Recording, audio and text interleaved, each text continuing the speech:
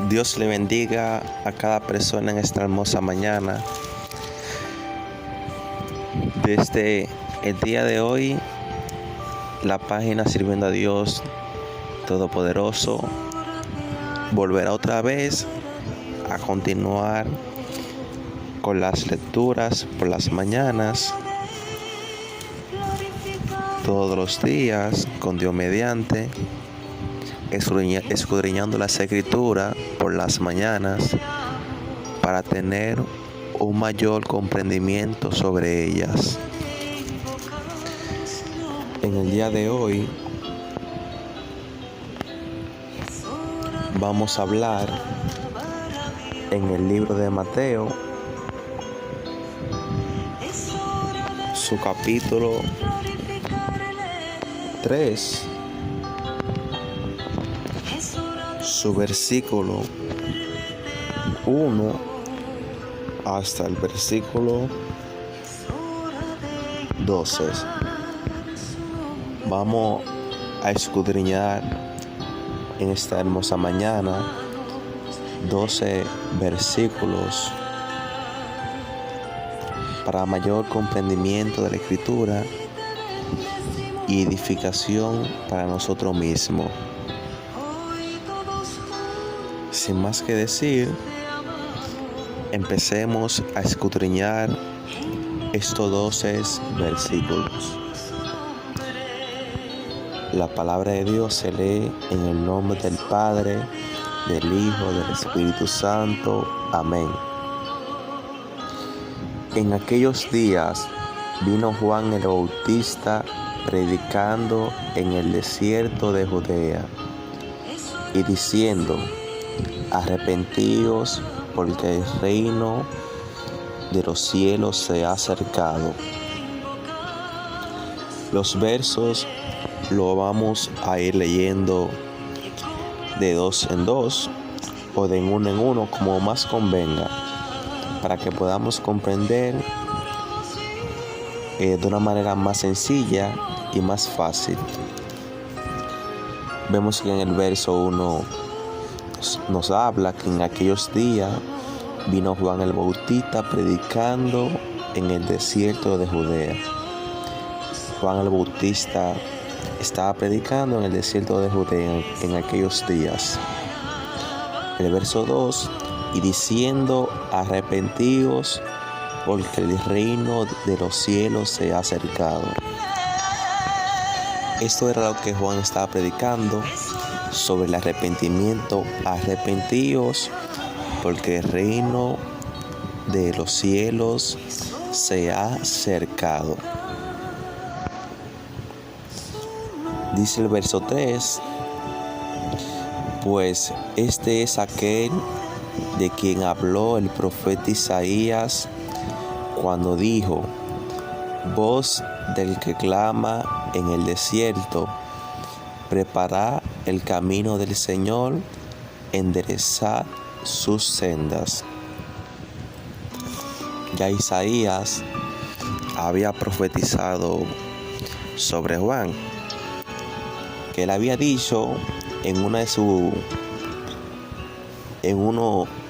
ocasión, cuando él profetizó: voz del que clama en el desierto, preparad el camino del Señor, enderezad sus sendas. Y este era Juan, porque Juan iba delante de los caminos de Jesús.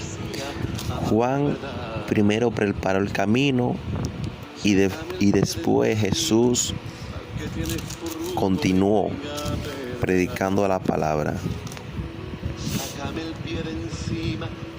Dice el verso 4, y Juan estaba vestido de pelo de camello y tenía un cinto de cuero alrededor de sus lomos, y su comida era langostas y miel silvestre.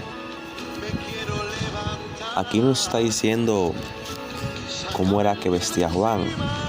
Nos están dando una descripción de Juan, cómo él vestía. Y Juan estaba vestido de pelo de camello. Esa era la ropa que tenía Juan. Y tenía un cinto de cuero alrededor. Otra característica de la vestidura de Juan. Y su comida era langosta y miel. Esa era la comida de Juan, langosta y miel silvestre. Esto era todo lo que Juan comía.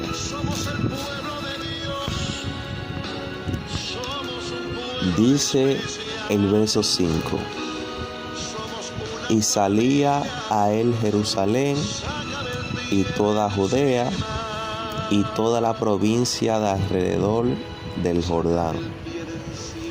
Claro, toda Jerusalén y toda Judea y también todos los alrededores de la provincia del Jordán salían a Juan a escuchar la palabra, y muchos también eran bautizados. Aquí en el verso 6 lo dice: y eran bautizados por él en el Jordán, confesando sus pecados. Ellos venían, escuchaban la palabra y eran bautizados. Igual los bautizaba a ellos. Se arrepentían porque veían que la palabra de Dios era una realidad, veían que la palabra de Dios era verdadera, y ellos mismos reconocían su pecado y se arrepentían. Dice el verso 7: al ver él que muchos de los fariseos y de los saduceos venían a su bautismo, les decía: generación de víboras, ¿quién os enseñó a huir de la ira venidera? Oye, como Juan le decía a ellos: generación de víboras, ¿quién os enseñó a huir de la ira venidera? ¿Por qué Juan decía esto? Porque los fariseos y los saduceos eran malos, eran personas malas de un corazón duro. Y entonces a Juan ver, que lo dice aquí en este verso, al ver él que muchos de los fariseos y de los saduceos venían a él a su bautismo, les decía: generación de víboras, ¿quién os enseñó a huir de la ira venidera? A Juan ver que la mayoría era de los fariseos y de los saduceos, Juan le dijo: generación de víboras, ¿quién os enseñó a huir de la ira venidera? Porque él veía que la mayoría eran fariseos y de los saduceos, y ellos eran personas de corazón duro, y eran personas que no cogían esa.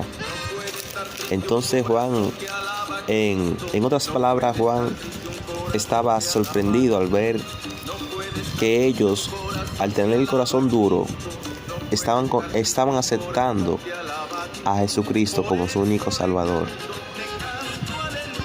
Pero no tan solamente él dijo esto, también más para abajo hay más detalles sobre esto. Dice el verso 8: haced pues fruto digno de arrepentimiento.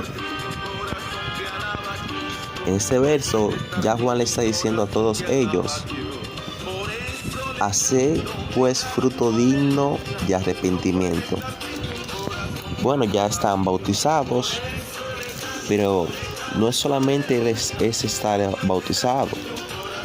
Ya cuando estamos bautizados tenemos que hacer fruto digno de arrepentimiento. Si de verdad estamos arrepentidos, si fue de corazón que nos bautizamos, entonces tenemos que hacer fruto digno de arrepentimiento. No podemos otra vez volver a cometer pecado sobre pecado. Ya tenemos que procurar alejarnos del pecado y buscar a Dios continuamente, sin alejarnos de Él en ningún momento, ni a diestra ni a siniestra. Dice el verso 9: y no penséis decir dentro de vosotros mismos: Abraham tenemos por padre, porque yo os digo que Dios puede levantar hijos a Abraham aún de estas piedras. Este verso 9 nos deja entender cómo, gloria a Dios, aleluya. En este verso 9 nos deja entender cómo Juan exalta a Dios y lo hace mayor que Abraham, que ellos tenían como su padre. Aquí Juan pone a Dios mayor que Juan. Y aparte de eso, deja otra cosa entender, que es la siguiente, que dice: y no penséis decir dentro de vosotros mismos: Abraham tenemos por padre. Con esto Juan le quiso dejar dicho que no quieran tomar la excusa de que ellos tienen a Abraham por padre, o que Abraham hizo grandes cosas. Que no se lleven de esta excusa, que ellos mismos tienen que procurar acercarse más a Dios. En otras palabras, Juan le quiso dejar dicho que los logros de Abraham, que no tomaran como si fueran su propio logro, que empiecen a hacer sus propios logros, que empiecen a sacrificarse ellos mismos para poder alcanzar la salvación. Vuelvo a repetir el verso: y no penséis decir dentro de vosotros mismos: Abraham tenemos por padre, porque yo os digo que Dios puede levantar hijos a Abraham aún de estas piedras. Mírenlo ahí. Que no tomen la excusa de que ellos tienen a Abraham por padre. Es decir, en la actualidad existen los pastores. Si un hijo de un pastor está en la iglesia, no debe de llevarse de que es hijo del pastor, sino que también tiene que esforzarse, también tiene que arrepentirse, también tiene que buscar de Cristo, también tiene que acercarse más a Dios, porque Dios es mayor que el pastor, Dios es mayor que Abraham, Dios es mayor que Moisés, Dios es mayor que todo hombre sobre la tierra. Y aunque un hombre sobre la tierra a través de Dios pueda hacer milagros y pueda hacer muchas señales, o pueda hacer descender fuego del cielo, sinceramente Dios seguirá siendo mayor, porque no es el hombre que en realidad hace los milagros, sino que es Dios que mora en aquella persona. Por eso Juan le decía esto a ellos, para que no se agarren y decir que tenemos a Abraham por padre. Como tenemos a Abraham por padre, ya no tenemos que hacer ninguna de estas cosas, porque ya con decir que tenemos a Abraham por padre ya somos salvos. No es así esto. Cada persona tiene que esforzarse, porque la salvación es individual. Todo lo que Abraham hizo fue para buscar su salvación y también por el propósito de Dios. Igualmente nosotros tenemos que esforzarnos por nuestra salvación y por el propósito que Dios tiene en nuestra vida. Dice el verso 10: y ya también el hacha está puesta a la raíz de los árboles. Por tanto, todo árbol que no da buen fruto es cortado y echado en el fuego. Voy a repetir este verso otra vez, aunque esté entendido, pero lo repetiré otra vez. Y ya también el hacha está puesta a la raíz de los árboles. Por tanto, todo árbol que no da buen fruto es cortado y echado en el fuego. Ya el hacha está puesta a la raíz de los árboles. Por tanto, todo árbol que no da buen fruto será cortado, todo árbol. Nadie quiere tener un árbol que no dé fruto. Cuando una persona cierra una mata de mango o una planta de mango, esa persona está esperando que dentro de un año y medio, esa planta crezca y empiece a parir mangos. Pero al ver a esa persona que después pasan 10 años y esa mata ni siquiera ha parido el primer mango, esa persona se siente decepcionado. Esa persona se siente triste y que agarra, corta esa mata de mango, porque lo único que está haciendo es tirar la basura. Lo único que está haciendo es tirar hojas sin dar ningún fruto. Entonces ese árbol será cortado y echado en el fuego. En la iglesia es diferente, para que no vayáis a pensar que nosotros tenemos que a nuestro hermano tenemos que difamar a nuestro hermano o tratarlo mal a nuestro hermano. En la iglesia no es así. En la iglesia nadie tiene autoridad para agarrar, echar a otro fuera de la casa de Dios, porque esto no es del agrado de Dios. Ahora bien,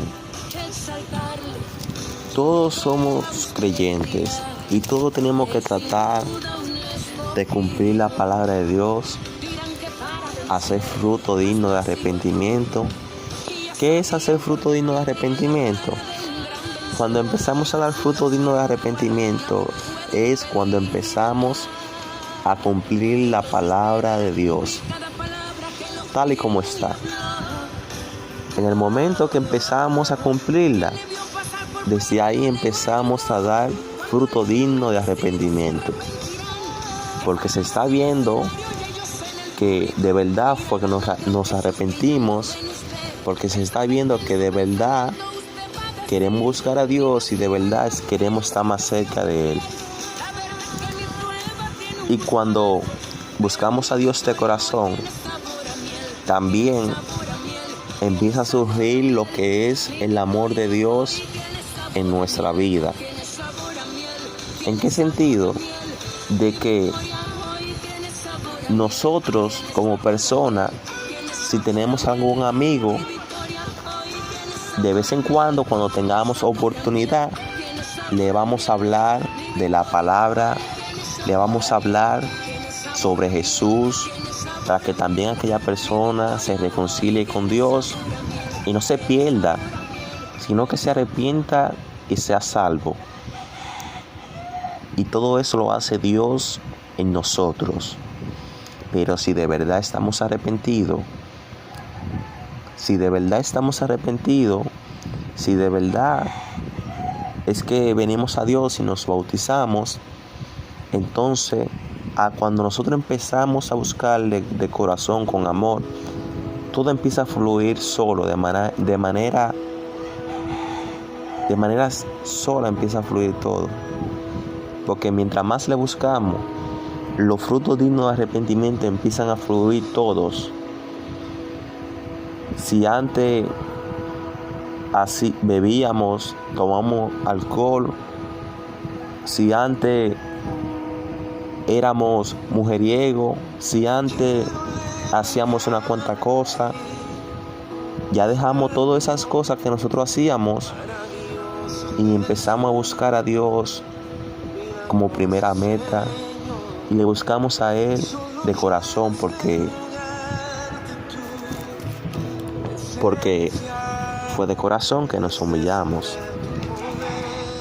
Y desde ahí empiezan a fluir los frutos dignos de arrepentimiento, porque se está viendo que nos estamos alejando del pecado, de la maldad, y le estamos buscando a Dios de corazón. Dice el verso 11: Yo a la verdad os bautizo en agua para arrepentimiento, pero el que viene tras mí, cuyo calzado yo no soy digno de llevar, es más poderoso que yo. Él os bautizará en Espíritu Santo y fuego. Qué buen verso este. Todos son unos versos bellos. En este verso Juan está diciendo que Él bautiza en agua para arrepentimiento. Pero quien viene tras de Él, que es Jesús, bautiza en Espíritu Santo y fuego. Y también hace una representación diciendo que el que viene detrás de Él, que también dice, cuyo calzado yo no soy digno de llevar, aquí está representando que como Juan coloca a Jesús como su superior. Tal vez muchos en esa época estaban pensando que Juan era el Mesías, pero Juan tuvo que decirle bien claro, yo no soy el Mesías. Viene uno tras de mí que yo no soy digno de desatar su calzado. Porque Juan reconocía que Jesús era mayor que él, era superior. Que Jesús era el Mesías. Juan lo sabía esto muy bien. Yo la verdad os bautizo en agua para arrepentimiento. Esto hacía Juan, él bautizaba en agua para arrepentimiento.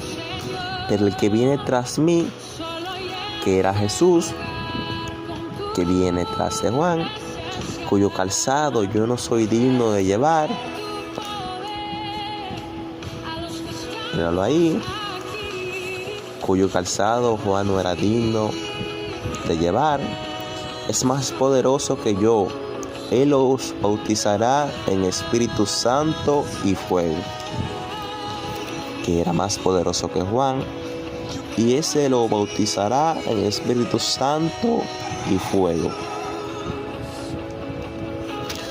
Tal vez muchos se harían la pregunta que por qué Juan fue primero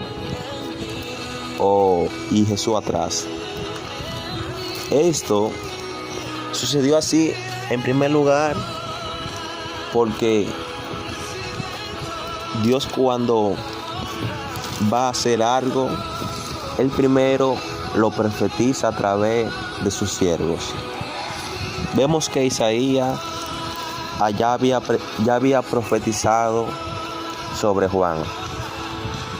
Que Juan iba a ser el que iba a preparar el camino. Eso lo podemos encontrar más para arriba. En el verso 3. Pues este es aquel de quien habló el profeta Isaías cuando dijo: voz del que clama en el desierto, preparad el camino del Señor, enderezad sus sendas. Ya Isaías había profetizado sobre Juan, pero también Isaías había profetizado sobre Jesús. O sea, él llegó a profetizar sobre los dos. Porque Dios, antes de hacer cualquier obra sobre la tierra, Dios en primer lugar profetiza a sus siervos.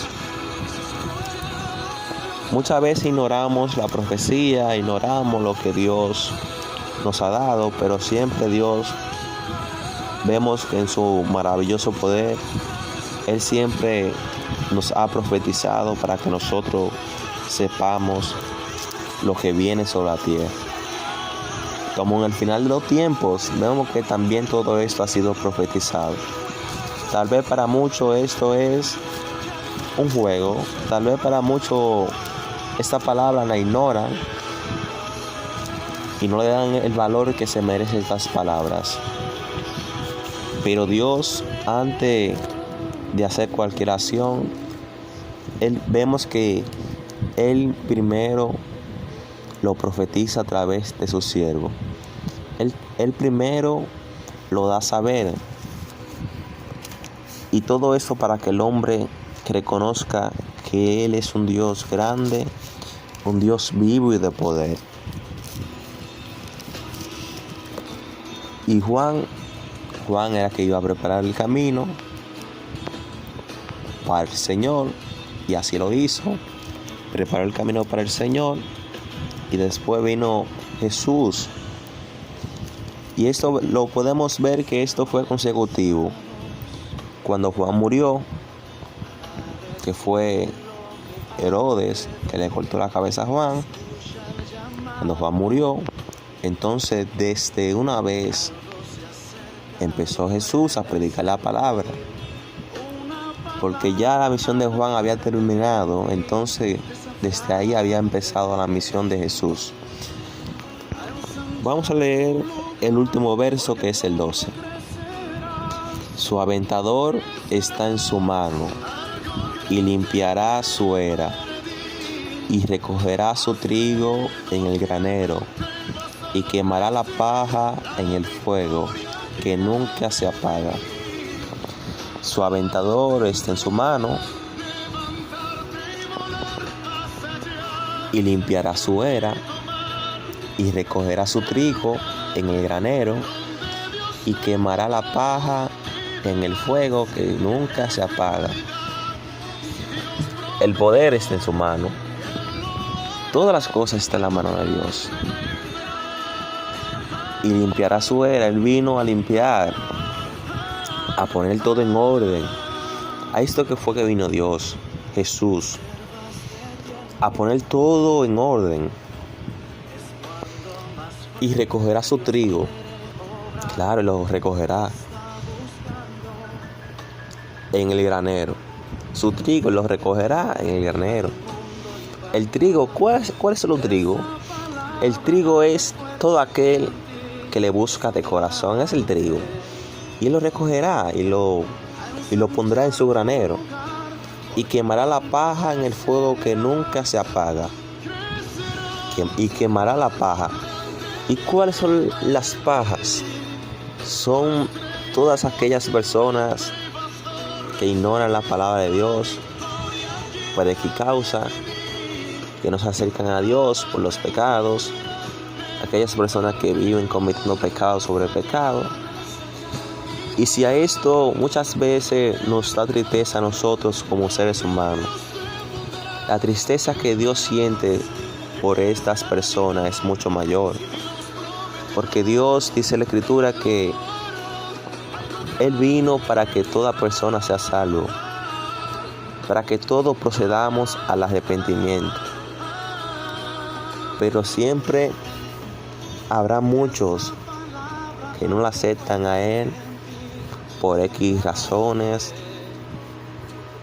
Habrá muchos que endurecen su corazón contra Dios y no lo aceptan. Mejor prefieren las cosas inmundas, prefieren las vanidades, y después tal vez llegue un momento en su vida que se quieran arrepentir, pero ya es muy tarde.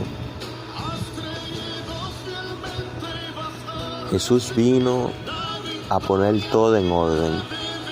Su aventador está en su mano, y limpiará su era, y recogerá su trigo en el granero, y quemará la paja en fuego, que nunca se apaga.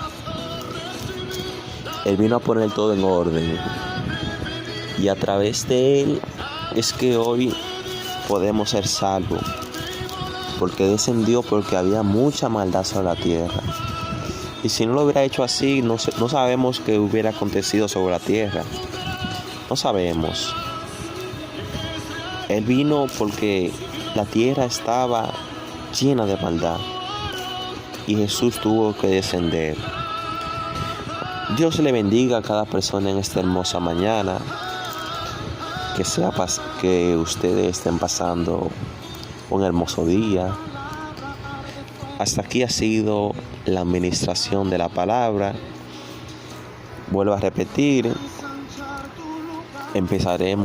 continuaremos, porque una vez empezamos, continuaremos todas las mañanas con Dios mediante, predicando la palabra, para tener mayor comprensión de ella y un mayor conocimiento de ella. Dios le bendiga, amado amigo que escuchó en esta mañana.